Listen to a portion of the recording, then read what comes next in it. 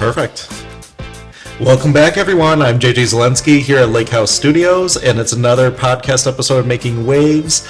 And I want to introduce you to Jake Freeland. So he is an entrepreneur and business owner, and he is part of his business, which is called the Admin Handyman. I know that you do like quite a variety of work, including like virtual assistance work. Tell us more about you, Jake. Right. So me personally, I'm a father of four, married, long time. Love going to church, playing video games. Kind of a board game nerd, so if there's any of you out there, feel free to reach out. But yeah, that's a little bit about me. Besides, go Lions. Yeah, well, definitely go Lions. Well, you got to represent here in Detroit. Yeah, absolutely. Yeah, they're actually doing great. Yeah, for sure. We got to brag when we can. Absolutely. Yeah. So that's a little bit about me, and I started the Admin Handyman recently. After years of being in administration, management, sales, marketing, just started my own admin company, and the idea is to help roofers just get more done so they don't have to do it during the day while going between job sites, take it home with them, just really trying to save them some time, so they can just enjoy being an owner again and not be like, oh man, I want to do roofing, I don't want to send invoices, I don't want to have to call and reschedule this or that. That's, call me crazy, that's stuff I like doing. Yeah. Well, it's good. It's a good field to be in. So tell me, what inspired you to really get into this field? Because I know that you've done a variety of things. I mean, from sales and management, but what was that creative spark, or I should say that spark that gave you that epiphany? You know what? I'm gonna venture into this field. Yeah. So working in property management, and then most recently I ran day-to-day of a roofing company.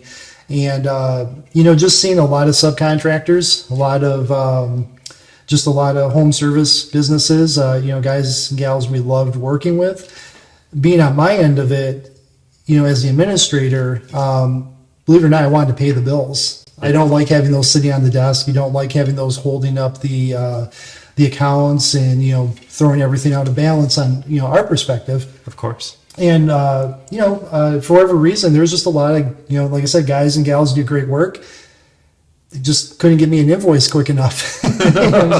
And so I kind of started seeing that over and over in all sorts of industries. I'm not just picking on one, but you just see that enough. You start thinking, man, why? I'm just that person. I'm just like, why is there this little gap there? Just get talking to them. They're busy. Yeah, they're busy. Their daytime is when they can work. They can't come to your house and work on a roof or do plumbing at 10 p.m. at night. Exactly. So that's kind of when they work when they can, and then the paperwork kind of falls into the evenings. And just like the rest of us who work 8 to 5s, they're tired. Yeah. They're just tired. They just want to go home. They just want to watch the game. They want to kiss their kids or their wives or husbands or whatever. Yeah. And they just need to decompress like the rest of us do. And I just kind of saw that over time. And after thinking about it and, for a couple of years, actually, started the company just so I could help. I saw an opportunity for myself, of course, but at the same time, I think there's a good opportunity for, business owners to say, you know what, I can do what I want to do. I love roofing. I love plumbing. I love whatever. And it'd be nice to be able to get someone else to do some of this admin, this paperwork, the back office stuff, whatever you call it. And not break the bank. Exactly. You found that niche that people need, and you fill that.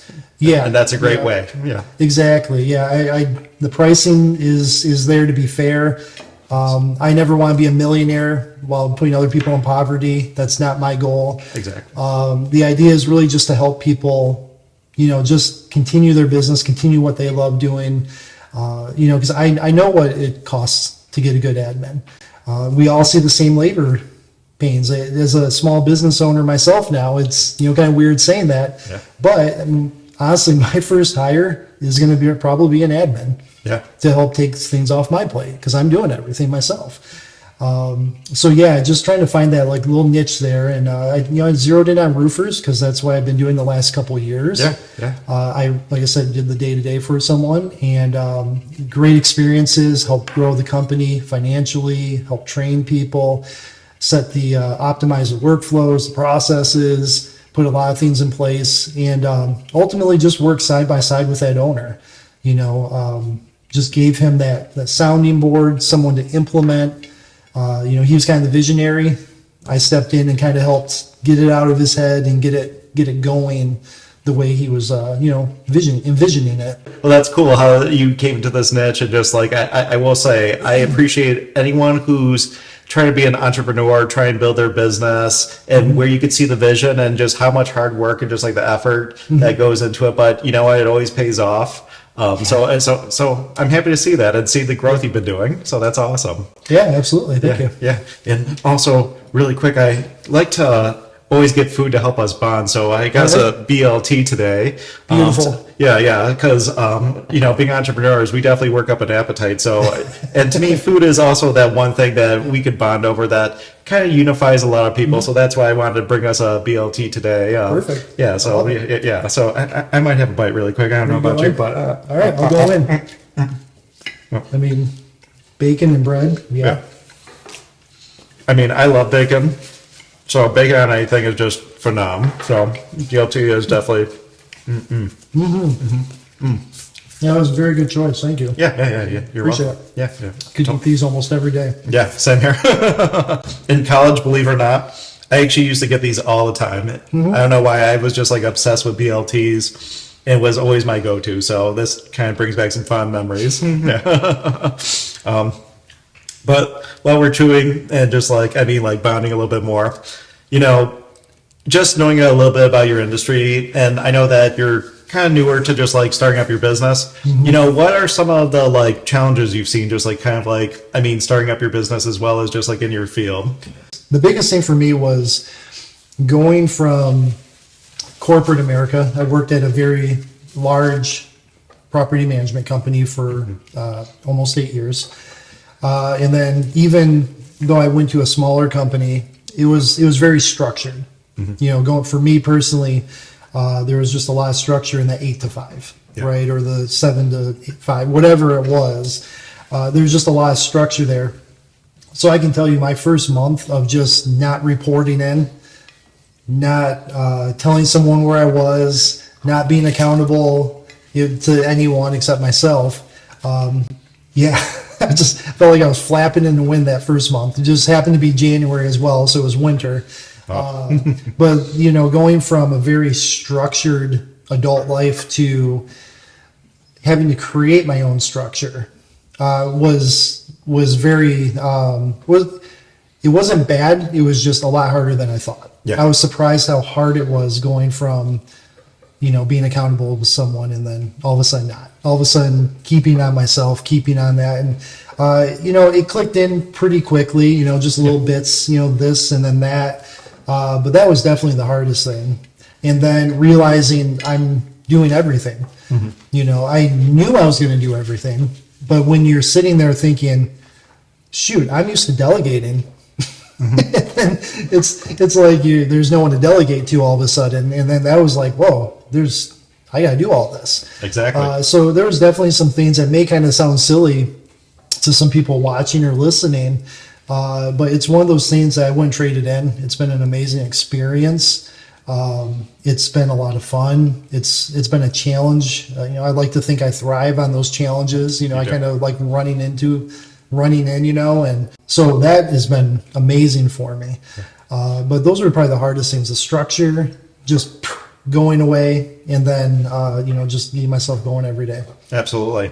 Well, I give you a lot of credit and kudos, just not only being an entrepreneur, but to me, growth is about stepping outside the comfort zone. And I will say I've been in your same shoes, which is like going from the corporate world even to just being on your own, where not only do you have to make your own schedule, you have to try and organize everything and kind of just like start juggling more than you realize.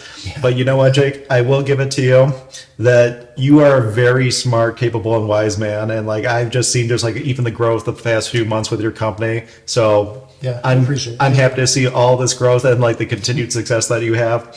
And I know you're just going to knock it out of the park. I appreciate it. Thank you. Yeah. I really do. It means a lot. Yeah, absolutely. And I will say one thing about being an entrepreneur, even though it's got its challenges, it does have a lot of good benefits to it. Like, for example, I know you're a family man, and I'm a family man too. time, it to me is one of the most essential elements that any person could be given, and not everyone gets the same amount of time. And realistically, we don't know what tomorrow brings. But just to have that flexibility to spend time with your family, your loved ones, see your kids grow up and actually have that quality time and make those memories, it's worth it. Even more than just growing your business, just having that flexibility. So again, kudos to you, man. Thank you. Appreciate it. Yeah. Really do. Yeah. No, it's been great. The family time's been awesome. Definitely had a lot more of that for sure. It was pretty wild at first, was, figuring out how to balance that. Cause you start out thinking, man, I got to get all this done. I got to get all this going. I got to make it real. I got to do all this. And, at least the first couple months, there would be times where naturally exhaustion sets in, burnout sets in, some of those things set in. And so I'd be like, I need to take a nap. It's like, I can't take a nap. I got to keep going. Or I'm going to decompress with a video game. Yeah. No, I can't do that. I got to keep going. And that was one of the harder things to learn, was to, one of the reasons I started the company was to have work-life balance. It wasn't to goof off all day. It wasn't just to be a butler in my own home all day all of a sudden, but it was to, be able to do those things a little bit more. And when I felt like I wanted to, or work's caught up. So, once those things settled in, though, it became easier and easier. And it's definitely something I can appreciate now. I'm able to say, okay, I'm good. Everything's good. Yeah. I'm going to go do this now. I'm going to go do that now, and it's okay. And then as there'll be more challenges as it grows more and more and more, but it'll be okay. I'm learning that it's okay. It is okay. It doesn't all have to be done yesterday. Exactly. Yeah. Exactly. To me, it's not one shoe size fits all. So you got to figure out what's the best balance for you. The one thing I will definitely advise, and I know you're aware of this because we've had this conversation, but also make sure when you have this flexibility of time, take time for yourself, because your family needs you and you don't want to burn yourself out. And some days are going to be easier than others. Some days are going to be frustrating, but you know what? When those frustrating days do happen, definitely take a little bit downtime for you. Yes. So important. It's, people are going to think this is scripted, and it's not. But the funny thing is, that's something I've been very aware of the past month or so, is just being mindful, breathing, journaling, just all these little things. It was, some ideas I got from a book I read, and you hear it all the time, but it's been very helpful for me to just kind of find different ways to use my head and to do different things, just to kind of keep things balanced and fresh. And myself being a Christian, I've applied my Christian beliefs to these breathing techniques or journaling or these other things. That's wonderful. But it's super important, staying balanced. That's, like I said, people think it's scripted. It's not. It's just coincidence, but it's so important. I highly recommend to every small business owner. I talked about it with in a sales meeting this morning. I was talking to actually now a client, and we were talking about that. I said, man, the hardest thing, there was like the scheduling and that stuff, but there was just emotional beatings that you take over time, and just because you're accountable for everything, and trying to take care of your family and all that, so it can beat you up pretty good. And I've had to learn pretty quick how to be mindful.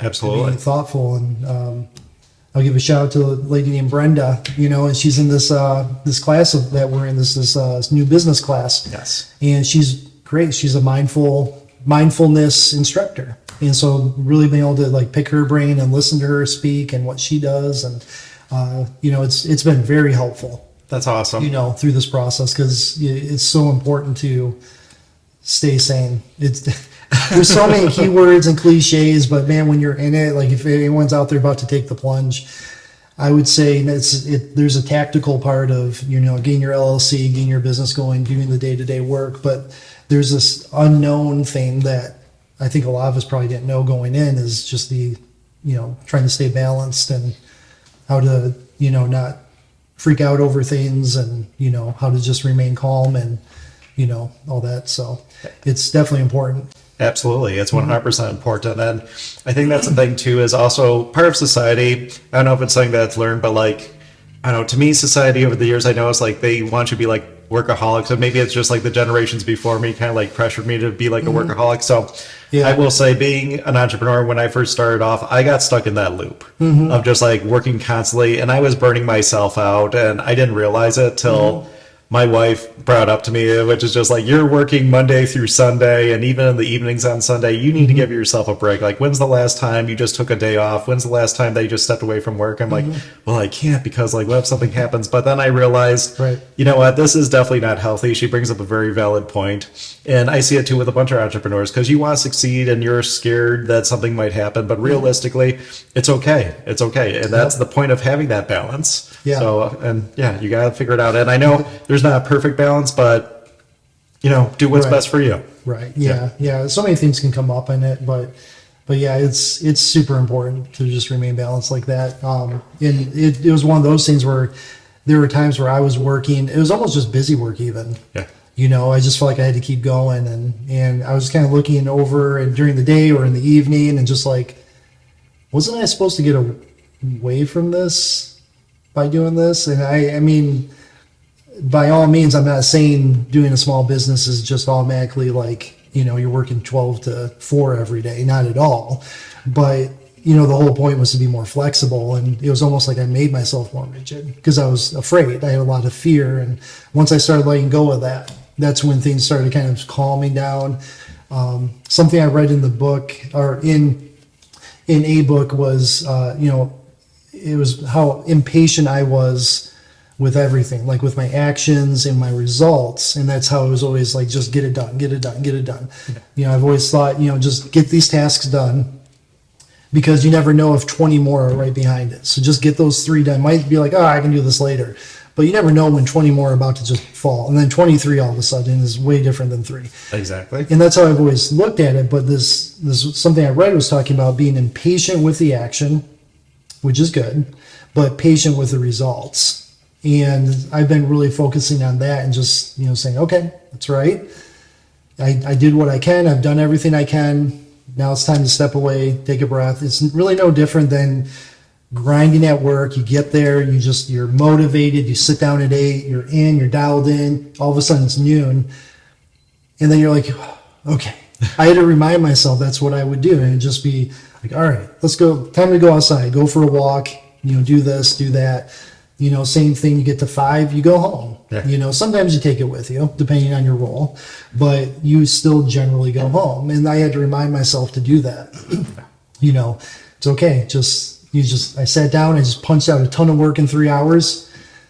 You know what, get up, go to the water cooler, go talk to a coworker, you know, which is in this case, my wife or kids, you know, like go find a neighbor, you know, and pin them down to talk to them, you know, but yeah, I had to remind myself of that. It's so important. And that's something I know I think is going to be a focal point, because one of the things I love doing is if I can help people after me, you know, if I can talk to them about it. If anyone's listening today, they're probably hearing half of this conversation now has been about mindfulness and about having a purpose and having, you know, that balance. And it's important. It is. You know, if any small business owner wants to ask me, I'll tell them, like, there's a little things like this scheduling and this and that, getting used to it. Those were huge at the time. Now they're nothing. A few months in, it's nothing. I wake up almost every day now.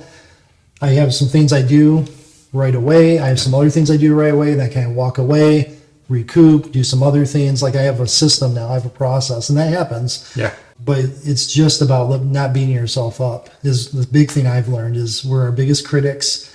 If I watch someone going through what they're going through, like if my best friend is going through this, I'm going to be supportive. I'm going to say, dude, you're a rock star. You're doing awesome. What are you talking about? Absolutely. I need to be able to do that to myself. Exactly. And I need to believe it.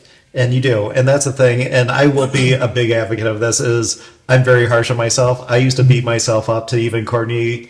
My wife is just like, oh my gosh, you are definitely your worst like critic, because like you're making yourself upset over something that just like, oh, could I have done better? Just like, you did fine. Like, you're just like overthinking and being too hard on yourself. Yep. And I will say, I think we're naturally like that, but in some ways it's good because it always drives us to push, like to do better. But then the catch-22 is, again, like, some days you really beat yourself up and you put yourself down in the dump. So you got to try and find that balance. And no one's going to be more motive to grow your business like you are, especially in your shoes of being an entrepreneur or business owner. So again, kudos to you for all your hard work. And I mean, going with just like beating yourself up too, there's actually a customer of ours, he's a lawyer. He actually called me up because, I mean, we kind of have like a nice support system. That's what I like to do for people, is not just, work with you as like, business owner, but also I try to like have like an enriching relationship, try and grow with you. So we've become friends over the years, and he had a really hard day to where he was beating himself up. And on his way back to Grand Rapids, I actually sent him a message just saying, come out with me to dinner. I'm going to buy you dinner. I'm going to buy you a drink. I could tell you're beating yourself up. So let's go out tonight to Bourbon's around the corner from here, and let me take care of you. And sure enough, that's what we did. That's what we did, is I bought his dinner and his drink, and I just knew he needed someone to vent to and just someone to push him back on track, because he started beating himself up more. And I'm just like, look, you did the best you can, which he did a really good job. It's, I mean, more about his business being like in the lawyer field, that just like he did a great job, but just like one thing didn't go exactly the way he wanted. And I'm just like, that's okay. But even if you do everything right, things don't necessarily go your way. Anything could happen. So being an entrepreneur, again, I mean, you just gotta like roll with the punches and do the best you can. So yeah, it's true. I mean, a sports analogy, I mean, you could have the most points in the game, say basketball. You could be the high scorer and your team might lose. Exactly. You can do everything right, no turnovers, triple double, team loses by 3, and you're just like, you just gotta roll with it. That's something I've had to learn to apply to business life. It's so easy to apply it to sports and stuff like that, but when you start thinking of it in the terms of business, you just got to be able to roll with it and shake it off. Next game's coming up, that could be the next presentation, it could be the next podcast, it could be the next whatever. You just got to shake it off and keep going, and it's you're going to lose sometimes. It's just the way it is. But and also I know you will second this, because we've talked through the years. Thank goodness for our wives.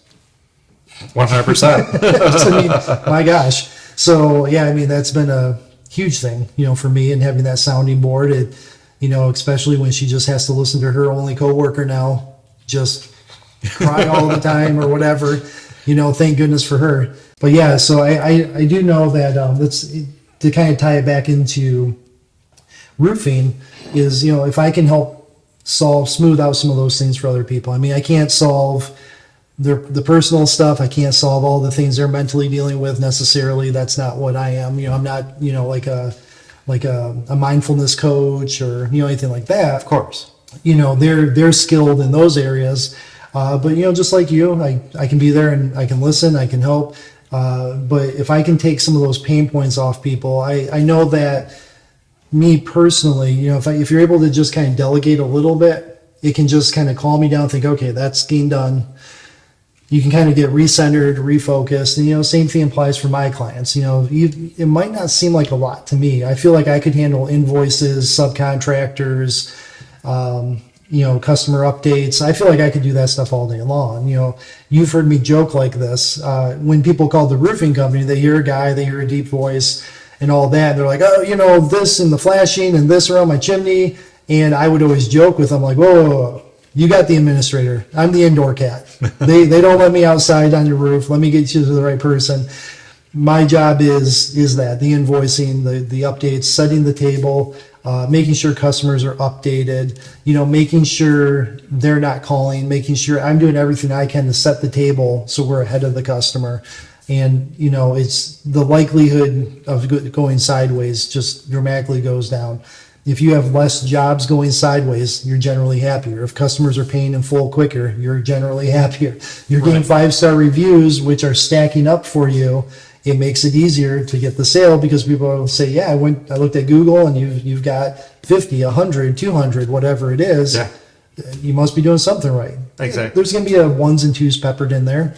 It happens. Yeah. But, so if I can help the roofer get those things done, if we can, make it easier, the communication with the homeowner is more timely, more in front of them. I can tell you that we all have professional pet peeves. Mine has always been, if a homeowner gets in front of me, man, that irks me. I'm not mad at the homeowner. They have every right to get impatient, or they have every right to be concerned and reach out. But man, we all have it. We all have that internal time clock, the internal alarm. And when someone gets ahead of me, especially when I'm working on it and I'm going to get them communication and they beat me to it, oh man, that's like my biggest pet peeve on myself. Because I know if I can stay ahead of them, it keeps the trust high. It means that they're like, they don't know most roofers from anyone else. They didn't wake up this summer, let's say summertime. They didn't wake up saying, man, I hope I can drop 20 to 30,000 on a roof that insurance won't cover all of a sudden. Man, I just hope that happens, and I have to go on a payment plan for it. And they don't want that. So whoever they choose, if you can just kill them, not just with a good roof product, but if you can kill them with that customer service, you're always in front of them, you're always invoicing, you get them that payment receipt right away. Because again, when we're in the day-to-day of our jobs, we kind of forget that other people aren't. Yes. So when someone drops a $10,000 to $15,000 check, more, less, but when they drop that $10,000 check off, that can be one of the biggest checks they have written or will ever write. Right. And nothing has happened. Yeah. There's only promises of something happening. So getting that payment receipt in writing immediately is so critical, because you're acknowledging, you're giving them to that customer, you're giving them that legal proof that they hired you and you agreed to it. You're like, okay, I got a receipt for this $10,000 check. Just those little things. My advice, free advice to every roofer who listens to this is, man, that's one of the simplest things you can do. Yeah. Is just get them a payment receipt, not something scrawled on carbon copy. I mean, that's fine. But if you can get them something in writing, man, do that. Absolutely. Just every time. You're going to just decompress and like, okay, that's going to buy you so much breathing room. Then you got to follow through. You got to do all the other stuff. You got to, make sure their warranty's registered, permits are done properly. There's hardly anything less fun in the roofing industry than as a GM finding out someone after the fact didn't register a permit, and then you got to call the homeowner and say, hey, we have to get in your attic to prove that the gable vents are closed off, or we need to do this. Why? And you explain why you didn't do the permit. Now all of a sudden everything you did is in question. Exactly. Everything's in question. And you just hope it happens to the people that are super nice and chill. Yeah. You walk away and think, oh my gosh, I'm so glad it happened to that customer. You're not happy it happened to that customer, but you're like, oh my gosh, my life would be a nightmare if it was this one, or this one. Of course. Can you imagine? Ugh.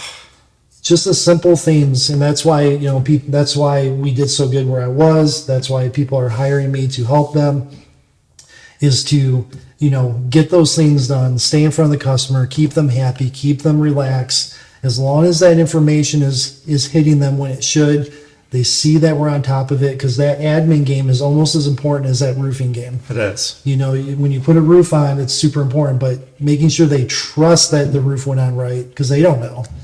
But they do know it took 2 weeks to get an invoice, or it took 2 weeks to get a receipt, or we had to go check it because the permit wasn't done properly. Or they have to follow up because the warranty hasn't been registered, when those can generally be registered same day, generally. Yeah. So when those things don't happen, it puts everything into question. Absolutely. So that's the gaps I'm trying to fill, because I know these guys and gals out there, they're busy, and it's not easy. I mean, you get wet, you get sweaty hot, people don't know how, even if you're on a ranch, just that 20, 25 feet in the air, what the temperature difference is up there. You don't understand how that can drain you. It's a hard job putting on a roof. It is. And, they can drain you, it can make you tired, and then maybe some of these administrative things fall through the crack because it's like, they'll get it. It's, that's where I can step in, give them an admin. Even if they have an admin, I can supplement that admin, save them from hiring another full-timer that, up here in Michigan anyways, you're going to all of a sudden have a bunch of labor in the winter when you're not doing anything. In the South, when it's 100, 120 degrees, I'm not sure how many roofs they do. Right. It's violently hot. Yes. So same thing. They're going to have slow times in their own right. So absolutely. Being able to have someone like me who's flexible, I can grow with them as they expand during their busy season. I can shrink with them. They don't have to fire me. I'm not asking for time off during the busy season. I'm not, asking for a pay raise because I bought a boat. There's just all these things that, just take so many things off their plate that they don't have to worry about, but the work's still getting done. Yeah, that's amazing. And I mean, you hit a lot of valid points. So again, it's incredible what you do. Yeah, sorry, I got a little chatty there. No, you're fine. You're fine. I mean, like, these are all very good, important points. And I mean, there's a lot to consider that people don't even think about. So I'm glad that you covered all that. Yeah, I mean, it really is. And, one of the biggest things, for a lot of roofers is the scaling even. I'm going to have a video coming out in the coming weeks, but I've kind of been writing it out. And it's something I'll just put out there, but it's about I'm going to title it something like, don't fire your admin for me. That's not what I'm trying to do. Right. I mean, if you have a gap and you need an admin, please call me. Yeah. Absolutely. But if you have a good admin, especially if you have a showroom, especially if they... this admin, I would say, is like A+ on the phones. Personal. People love him or her. They love talking to that person. Man, don't get rid of that person.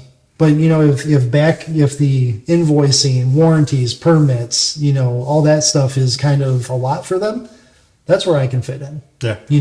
I'm not going to be the one answering phones. So if you got someone doing that, man, keep them. Exactly. But if you want to take a little bit off their plate, or you as the owner's plate, that's where I can fit in. And you don't have to worry about, like I said, you don't have to worry about office dynamics. You don't have to worry about 401k match. You don't have to worry about all of those things. You're just paying a flat rate, goes up and down. It's a per roof cost. Yeah.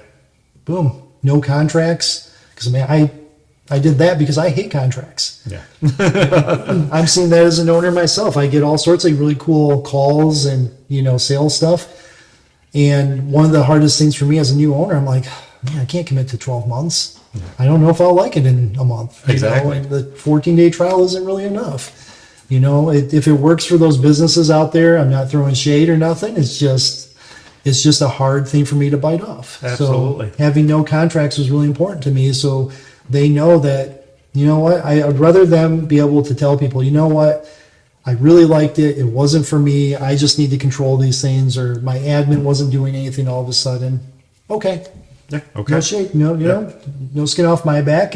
But I'd rather them say, yeah, but I liked it. I liked him.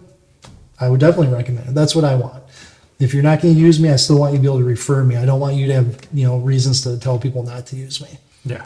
I agree. So that's where the price point is, and no contracts, and just super easy to work with. Yeah, absolutely.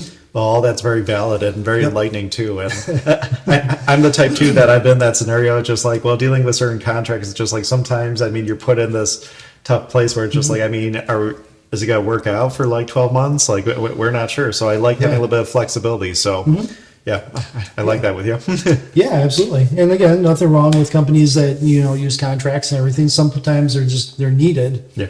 But, right now, this is not something I need to do. So Exactly. The idea is just to help businesses, whether they're a smaller roofing company or maybe a bigger one. People have heard me say roofing a lot today, because that's what as a new company, I've decided to really go into a niche and really, help that industry. But at the same time, I can help others. I work with custom home builders. I work with other companies as well. So it's not even, if anyone still needs something, they can still reach out, and we can, figure out what they need and, go from there as well. That's awesome. That's awesome.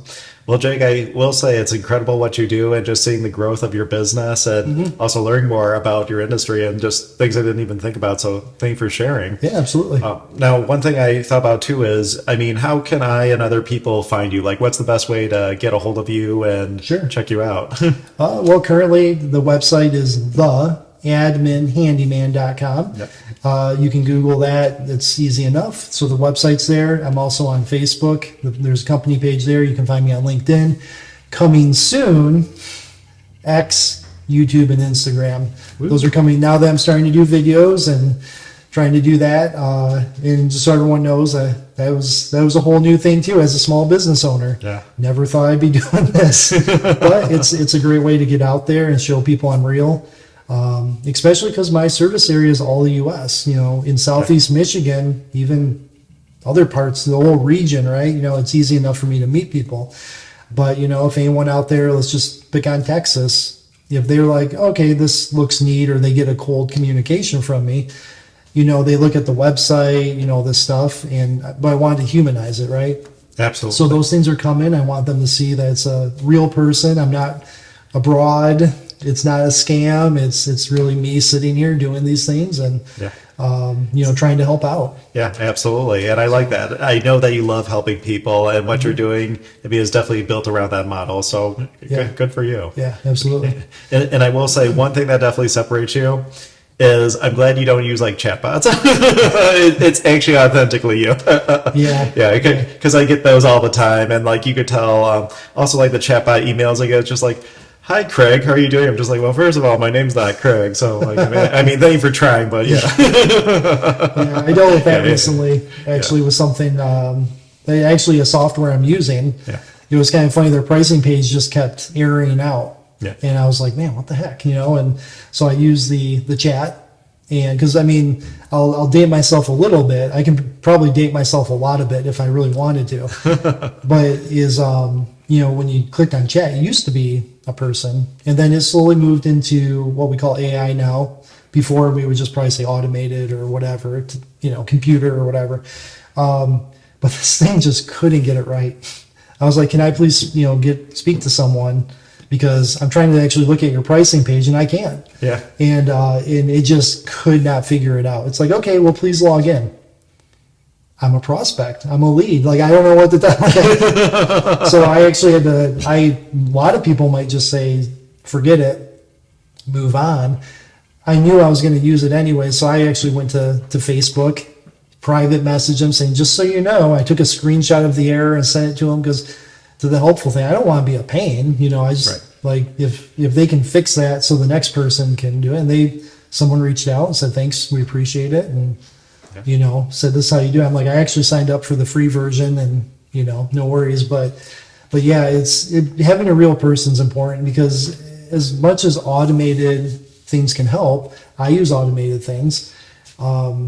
It's who's watching them. Exactly. Who's watching it. It's really important to have like an actual person there who knows what they're, knows the industry, knows what they're doing, and, has that experience for sure. Yeah, absolutely. Well, I appreciate that. And I know, like for us, I like doing a personal touch too. Mm-hmm. So whenever we get responses, I like to personally just like reach out and touch base and show like it's me. It's not like some AI or something else. So like I don't know. I love that personal touch. So I'm glad you have that. Yeah, absolutely. That's a good point. And especially being brand new, is it AI? Is this email AI? Is that website just generated like that to get my money? I absolutely understand that. And that's a new challenge we're facing. Absolutely. Especially if you can't tangibly be in a networking group or shake someone's hand anymore. It's a challenge. It was something I realized pretty quick. Like if I were miles away, how do I know this is real? Like, how do I really know this is real? And what really got me on that path was I saw a video that was made completely of AI, which we've all seen. Of course. But this thing looked hyper real. It was a commercial that was on during the NBA finals, and it was just this crazy commercial anyways. But I saw it, and I was like, okay, how do I know that's like what? There was nothing in it that really just registered. Like when we watched Toy Story, the first one, we're like, whoa! But if you watch it now, you're like, well, this is dated. So that's where a lot of these AI videos are now. And I got thinking about my just little piece of the world. How does someone really know I didn't just make something up that's, fake? How do I prove that? And that's where these, being on podcasts, making videos, and just really making sure people know that there is a person behind this that's trying to, help them with their business. Absolutely. Mm-hmm. So anyone watching this, I promise Jake is actually here, and he's not deep faked and just digitally edited. Nope. There's a lot of people who can tell me that I am absolutely a human being here. Yeah. Absolutely. Better or worse. Right. Well, you're a great guy, and Jake, I appreciate you coming out and actually doing this. And I know that you mentioned your contact info, which we're definitely going to have in this video. Just thank you again for coming out, and thank you everyone who's watching this. Stay tuned for another episode of Making Waves here at Lakehouse Studios, and take care. Here we go. That's perfect. Good. Yeah. That was so good.